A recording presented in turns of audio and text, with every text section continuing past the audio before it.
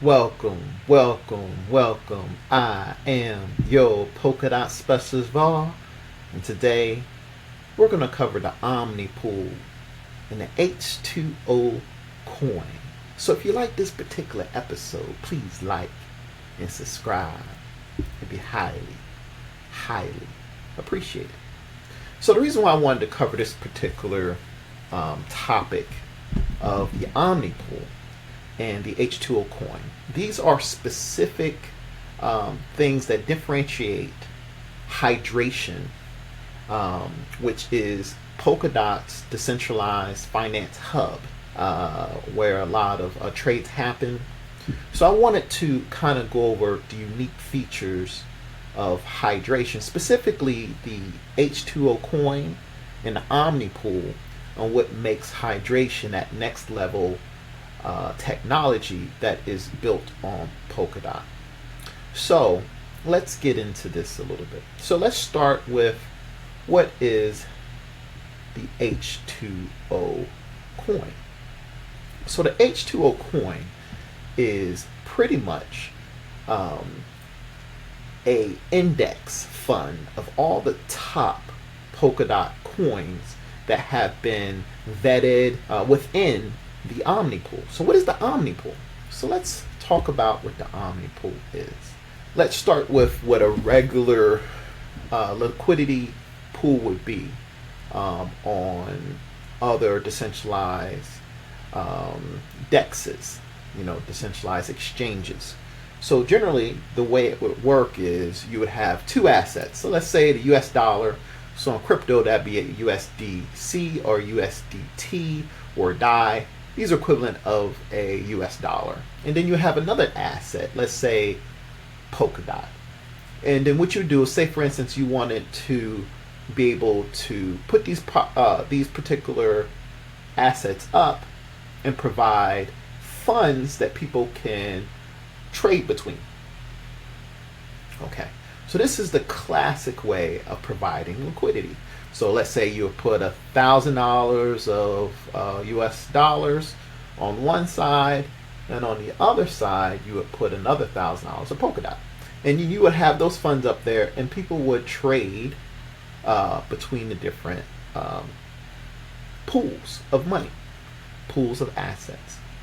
Now, one of the issues with this is there's a lot of fragmentation.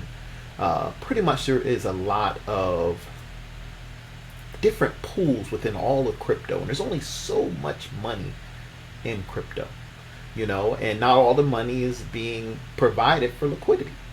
So what happens is, because there's so many different DEXs or decentralized exchanges where people are switching coins, so when you have a little bit of supply and people are trying to trade within that little bit of supply of US dollars, or in that scenario I gave, Polkadot, or whatever other coin that's being used, the price moves a lot, because when we don't have a lot of one asset, the price fluctuates greatly.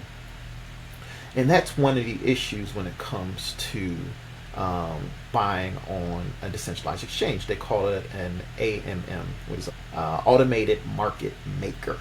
And there's pretty much a formula that when a coin gets too low, then the price changes. So it's based on supply and demand. But the issue is there's so many DEXs that the demand on these DEXs causes, you can't put a lot of money, you can't do a lot of trading with big funds, because the price fluctuates too much. As you're buying, you might be buying on $1, but now it's $2 because you don't bought so much of it. The supply and demand caused that price of that asset to go up on that exchange. Now, how was this fixed? So, on hydration, formerly varhdx, on hydration, they designed one-sided liquidity pools. So instead of you having a platform that you have to put 1,000 of each asset, 1,000 of a dollar and 1,000 of Polkadot, that I gave an example. Now remember, that could be any two different assets that you want, but generally a lot of times you'll have a dollar plus whatever asset you want to trade. So instead of having it where you have to have two, they have single-sided liquidity. So that means instead of me having to put $1 up plus the Polkadot, I only have to provide only one asset. So in that example, I could just put Polkadot up and get interest. Now the reason why people do this is they'll get interest on their money. They'll get the fees from trading. And sometimes there's also additional benefits on top of that. So that is essentially what the special technology of hydration is: single-sided liquidity. Now, how are they able to achieve this? One side is the asset you put up. So in that example, we put the Polkadot as the asset that you're providing. The other side is H2O. So that is their particular special technology that they have on hydration. Now, this particular coin went through a few name changes, LHDX, and then it went to Learner, but now it's called H2O to match their name, hydration. But essentially what this is every time you put an asset on hydration, the system automatically makes a coin called H2O. And that is the second side. So the H2O is essentially a dex of all the coins that have ever been put on hydration. The first coin that was put on hydration was called DAI, which is equivalent of the US dollar. So that amount was automatically put on there. So if it was $100,000, the system automatically made an alternative amount of that in H2O. And so every other asset after that, when it was put on there, so like Polkadot, they essentially made more H2O. And the value of H2O is like a DEX, which is all of the assets within the Omni pool, within this pool of assets, whatever that overall price is of that portfolio or that index, that is the value of H2O. So right now, this is the Omni pool. It's equivalent of 15 assets that are currently available. Now these are all assets that have been vetted and approved by the team, the developers of hydration. Now what's great about this particular pool of assets is they have stable coins, Bitcoin, Polkadot is essentially a majority of this particular pool, so that makes it very stable and less volatile than if you were just to have a coin that had a small market cap or a little bit of funds in it. So just to kind of give you an idea, you have 27% of the Omni pool is Polkadot. You have now this is asset hubs, stable coins for Tether, USDT, and then you also have the USDC also on here as well. So Tether and USDC on here, and that's 19.9%, so pretty much 20%. There's also the Moonbeams stable coins that they brought over as well from Ethereum network of the Tether, DAI, USDC, and then you also have another brand of Tether. So you have Tether for Moonbeam, and then you also have Tether for Asset Hub, which is Polkadot's area of transferring over the stable coins into the Polkadot network. But essentially, you have these US dollars here. That's a big percentage. This is 2.4%, and then you also had that pretty much that 20% here. So you're around 21%, 22% of stable coins. So that makes it very stable because of these assets they have in here. Because Polkadot is also, I want to say, top 15, top 16 asset as well in terms of market cap. Then you also have VDOT, which is Bifrost's Polkadot. That includes the interest, so that's pretty stable because that's pretty much Polkadot. And then you have Bitcoin, so pretty much 12% or 11.66 to be exact is Bitcoin. And then you have other assets in here such as Ethereum, so wrapped ETH, that's 5%. You have A-Star, and you pretty much have Centrifuge and all these top assets in here. So, and then if you go further down, now right now I'm under statistics on the hydration network, so you can actually look at what's in the Omnipool here.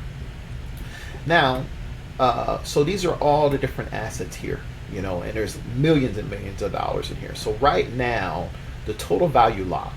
Now this is a big stat when it comes to DeFi, because this is how much liquidity or how many assets you have on the platform. It allows you to be able to trade. And the more assets you have on it, you get more price stability when you're doing your trade. So you can do big trades. So what makes hydration big is because you can do much larger trades. You don't have to worry about as much slippage. So not only is it fast with low fees, when you do big trades, since you're only got that one side and you have that ocean of liquidity called the Omnipool, it allows you to have less fluctuation. Also, there's a protection. So how is this Omnipool utilized? So this total value lock, as you can see, you have $65 million. Okay, 14 million of that is the hydration treasury. And then right now you got about 3 million that's being traded within the last 24 hours. So as you can see, there's a lot of good volume there. That's how much activity you have with trading. So as you can see, 1 million of that is the HDX token. You have 17 million being Polkadot.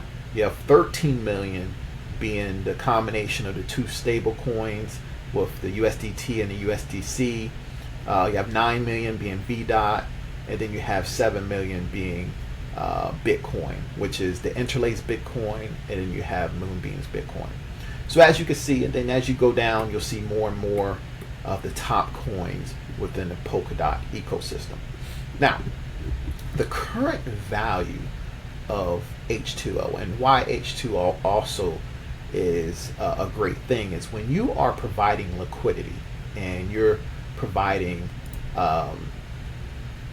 just the one-sided liquidity, what happens is something called impermanent loss. So not to go real far into what impermanent loss is, but essentially what it is when you put on a certain amount of asset, depending on the volatility of that asset, when you take it off, it might not be worth as much as it would have been because you had it providing liquidity.